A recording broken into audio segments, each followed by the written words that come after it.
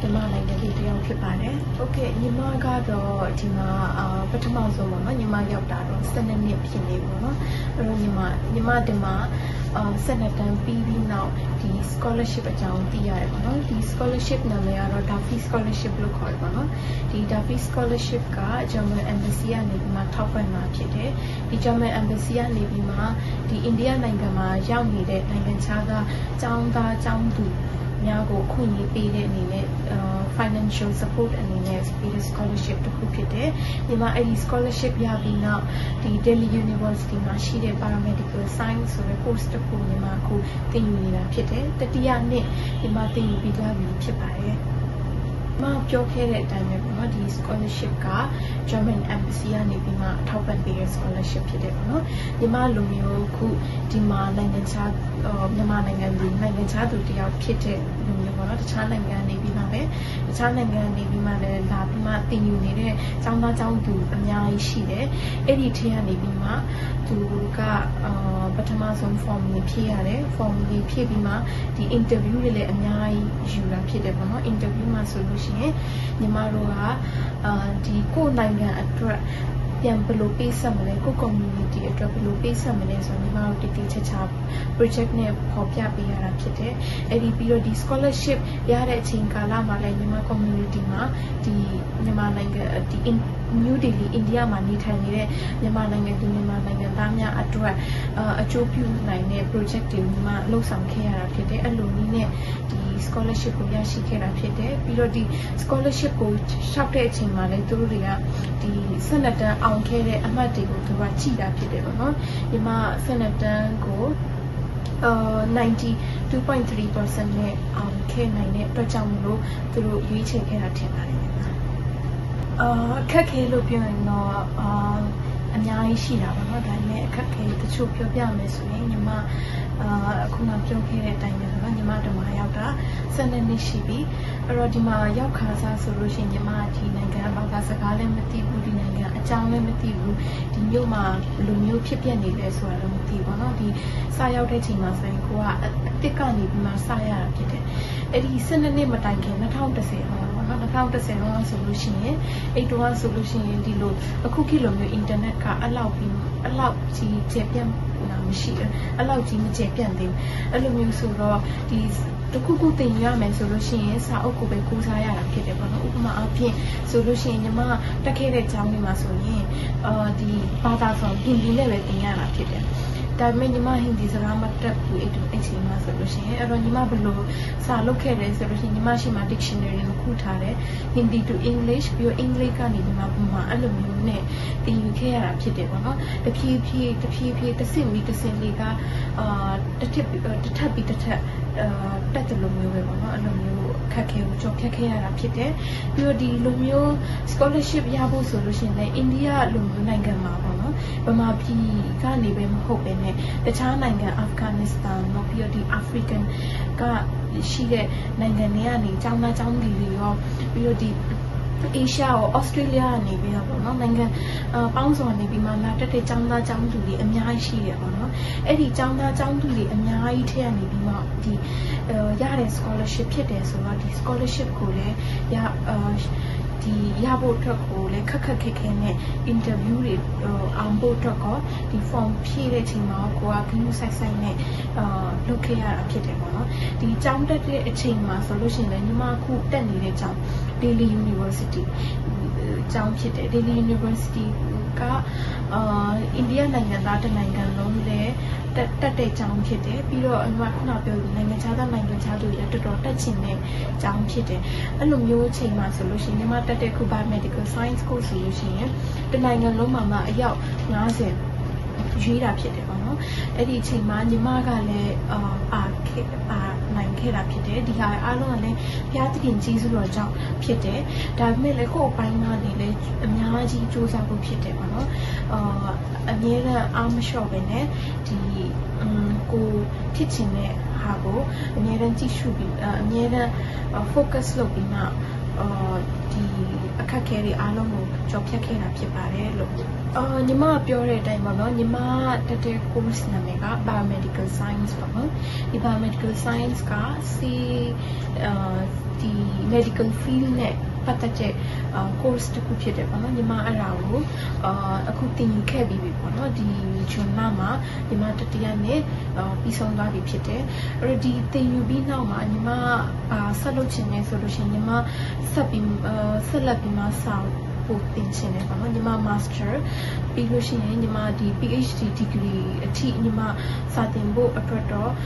ညီမစီမှာအကြံစီရှိတယ်အဲ့ဒီစာသင်ပြီးလို့ရှိရင်ညီမအနေနဲ့ biomedical scientist အနေနဲ့ညီမဖြစ်ဖို့အတွက်ညီမရဲ့ dream တစ်ခုဖြစ်တယ်ပေါ့နော် biomedical scientist ဖြစ်ပြီးလို့ရှိရင်ညီမ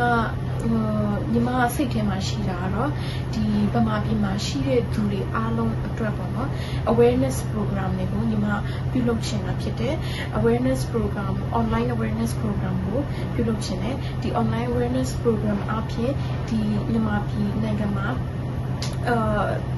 တည်တဲ့ဒီစေးနဲ့ပတ်သက်ပြီးတည်တဲ့အရာတွေကိုညီမတည်တလောက်တက်တလောက်ညီမဝင်ညသွားချင်တယ်ညီမတို့ဆိုရင်လူငယ်ဆိုတဲ့အဓိပ္ပာယ်လူငယ်ဘဝရဲ့ definition အတွက်ညီမအတွက်ကလုံးဝ clear ဖြစ်တယ်ပေါ့နော်လုံးဝရှင်းရှင်းလင်းလင်းညီမနားလည်တယ်ပေါ့နော်ဘယ်လိုနားလည်လဲဆိုလို့ရှိရင်လူငယ်ဆိုတဲ့အချိန်က energy များတဲ့အချိန်ဖြစ်တယ်ညီမတို့အားလုံးကဒီ energy များတဲ့ဟာကိုဒီရဲ့ energy လေးကိုပေါ့နော်ကောင်းတဲ့ direction လေးမှာ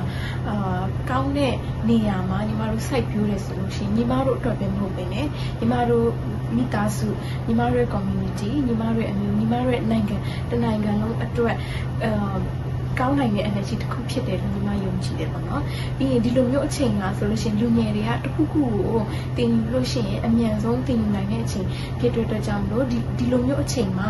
သင်ယူနိုင်တဲ့လောက်သင်တဲ့အချိန်လို့ညီမထင်တယ်ပေါ့နော်ပြီးလို့ရှိရင်ညီမတို့အားလုံးမှာလူငယ်တွေအားလုံးမှာ talent တစ်ခုရှိတယ်အဲ့ဒီ talent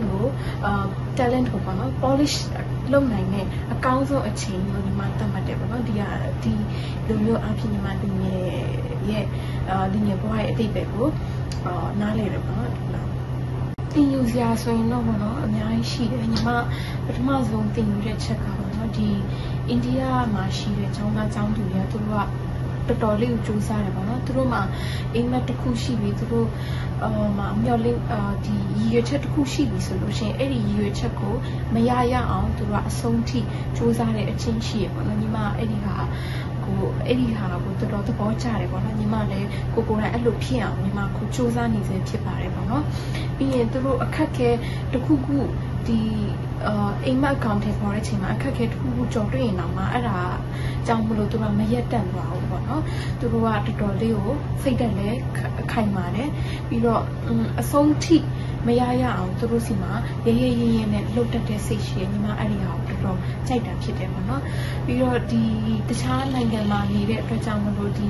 အိန္ဒိယမှာcultural beauty ပေါ့နော်သူရဲ့ရိုးရာကနေမှသင်ယူစရာကောင်းတဲ့အချက်တွေအများကြီးရှိရပေါ့နော်အဲ့ဒီဟာကိုလည်းညီမကိုအတူယူတယ်ပြီးတော့ကိုယ်တိုင်လည်းရှင်းသုံးနိုင်အောင်ညီမစူးစမ်းတယ်ပေါ့နော်ညီမခွန်အားပေးစကားပြောမယ်ဆိုလို့ရှင်ပေါ့နော်ဒီလိုမျိုးအမောင်ကျနေတဲ့အချိန်မှာညီမတို့လူငယ်တွေအားလုံးအားမလျှော့သင့်ဘူးလို့ညီမထင်တယ်ပေါ့နော်ပြောရတာလွယ်လွယ်ထင်ပေမဲ့ဒီ solution တစ်ခုနောက်ဆုံးကတော့ညီမတို့အားမလျှော့ဘဲနဲ့ပဲပြန်ပြီးမှအရာအားလုံးကောင်းအောင်လုပ်နိုင်မယ်လို့ပဲထင်တယ်ပေါ့နော်ညီမတို့ဒီလိုမျိုးအမောင်ကျနေစိတ်သက်အားလုံးစိတ်သက်ကျနေတဲ့အချိန်မှာညီမတို့လမ်းမလွဲပဲဒီရဲ့ဆေးတွေအရက်သေးစားတွေနဲ့ပဲညီမတို့ဒီစိတ်သက်ကျနေတဲ့ဟာကိုကုဖို့မဟုတ်ပဲနဲ့ညီမတို့ဒီလိုမျိုးအချိန်မှာပို့ပြီးစူးစမ်းမဲ့အချိန်ဖြစ်တယ်စိတ်သက်ကိုညှင့်တင်ပြီးမှပို့ပြီးမှပေါ့နော်ညီမတို့ဖြစ်ချင်တဲ့အရာတွေကိုအားလုံးဆက်လက်စူးစမ်းပြီးလုပ်ပြီးမှပို့အမြင့်ရောက်ပြီးမှပဲပေါ့နော်အားလုံးကိုပြန်ကောင်းအောင်လုပ်နိုင်ဖို့အချိန်ဖြစ်တယ်ပြီးရင်ညီမတို့အဝေးရောက်နေတဲ့အဓိကအဖြစ်ပေါ့နော်ညီမတို့အဝေးရောက်နေတဲ့ဒီလူငယ်ကျောင်းသားကျောင်းသူများကိုညီမပြောချင်တာကကိုယ့်ဟာနဲ့ကိုယ်ပို့ပြီးမှ skill up ဖြစ်တော့တော့ education knowledge တွေနဲ့ကိုယ့်ဟာနဲ့ကိုယ် investment လုပ်ပြီးမှတနေ့နေ့တစ်ချိန်အခွင့်ကောင်းရတဲ့အချိန်မှာဒီလုပ်ထားတဲ့ကိုယ့်ပေါ်မှာလုပ်ထားတဲ့ investment တွေကိုကိုယ့်ပေါ်မှာပြည်သူပြည်သားများအပေါ်မှာပြန်ပြီးမှလက်ဆင့်ကမ်းနိုင်တဲ့လူများဖြစ်နိုင်ဖို့အတွက်ပေါ့နော်ဒီမှာအဲ့ဒီဟာပြောချင်တဲ့အခုချိန်မှာတော့အာမရှော့ကြပါနဲ့လို့ညီမ တောင်းဆိုချင်ပါတယ်ပေါ့နော်ဟုတ်ကဲ့ညီမနောက်ဆုံးအနေနဲ့တစ်ခုပြောချင်တယ်ပေါ့နော်အဲ့ဒီပြောချင်တဲ့အရာကတော့ဒီနားထောင်နေတဲ့တမန်ချင်းများအတွက်ညီမတို့ social media ကိုကောင်းကောင်းမွန်မွန်အသုံးပြုပြီးမှညီမတို့အားလုံးတိုးတက်ဖို့အတွက်ကြိုးစားကြပါစို့လို့ညီမပြောချင်တယ်ပါနော်ဒီအခုခေတ်မှာညီမသိသလောက်တော့ပမာပြည်မှာလည်းအခု internet service ကလည်းနည်းနည်းအရင်တော့ထက်အများကြီးပိုကောင်းလာပြီဒီလိုမျိုး internet ကောင်းနေတဲ့အချိန်မှာညီမတို့ဒီအခွင့်အရေးကိုယူပြီးမှအခု internet မှာဆိုလို့ရှိရင်learning opportunity တွေကများလို့ပေါ့နော် learning opportunity မှာဆိုလို့ရှိရင်ညီမတို့ YouTube လည်းရှိတယ်ဒီ website တွေuniversity ကနေပြီးမှပေါ့နော်နိုင်ငံခြား university ကနေမှလည်းအများကြီး online free online courses တွေပေးတဲ့နေရာတွေလည်းအများကြီးရှိပါတော့ညီမတို့အဲ့လိုမျိုးနေရာမှာရှာပြီးမှဒီ internet တစ်ခုလေးအသုံးပြုပြီးတော့မှညီမတို့ပညာတတ်တယောက်အကယ်၍စူးစမ်းခြင်းရှိရဆိုလို့ရှိရင်ပညာတတ်တယောက်ကြီးအောင်ဖြစ်နိုင်နေဆိုတော့ဒီ social media တွေကို gaming ဒီအတွက်ပဲအသုံးမပြုဘဲနဲ့ပါဒီအကောင်းဆုံးအသုံးပြုနိုင်ဖို့အသုံးပြုဖို့အတွက်ညီမဆွဲခေါ်ခြင်းနဲ့အားလုံးကိုပြီးဒီမှာညီမဒီ12နှစ်လုံးပေါ့နော်ဒီနေရာမှာကျောင်းတင်လာတဲ့တစ်ချောင်းလုံးမှာညီမတငယ်ချင်းတွေကနေတစ်ခုတင်ရွေးတစ်ခုလေးကပါလဲဆိုလို့ရှိရင်တို့က social media ညီမအရင်တော့ဆိုရင် social media ဆို Facebook Instagram WhatsApp အဲ့ဒါလောက်ပဲထင်ခဲ့တာပေါ့နော်ဒါပေမဲ့တို့ကညီမအမြင်လုံးဝပြောင်းလဲစေလိုက်တယ်ပေါ့နော်တို့ social media သုံးတဲ့ပုံစံတွေကလုံးဝကွဲတယ်ပေါ့နော်သူတို့ social media ဆိုတာသူတို့လုံးဝပညာရေးအတွက်ပဲသုံးတယ်သူတို့တိုးတက်မှုအတွက်ပဲသုံးတယ်ပြီးသူတို့ knowledge တစ်ခုခုအတွက်ပဲသုံးတယ်ပေါ့နော်အဲ့တော့အဲ့လိုမျိုးကြည့်ချင်အဖြစ်ညီမဗမာပြည်မှာရောက်နေတဲ့သူဗမာပြည်မှာရှိနေတဲ့တငယ်ချင်းတွေအားလုံးနဲ့ internet ဒီလိုမျိုးအခွင့်အရေးရှိတဲ့အချိန်မှာကိုယ့်အနေကိုပေါ့နော်မရက်ပဲနဲ့ကိုပို့ပြီးမှတိုးတက်အောင်ပေါ့နော်ဒီ internet လေးကိုအသုံးပြုကြပါစို့လို့ညီမနောက်ဆုံးစကားတစ်ခုပြောချင်တာပေါ့နော်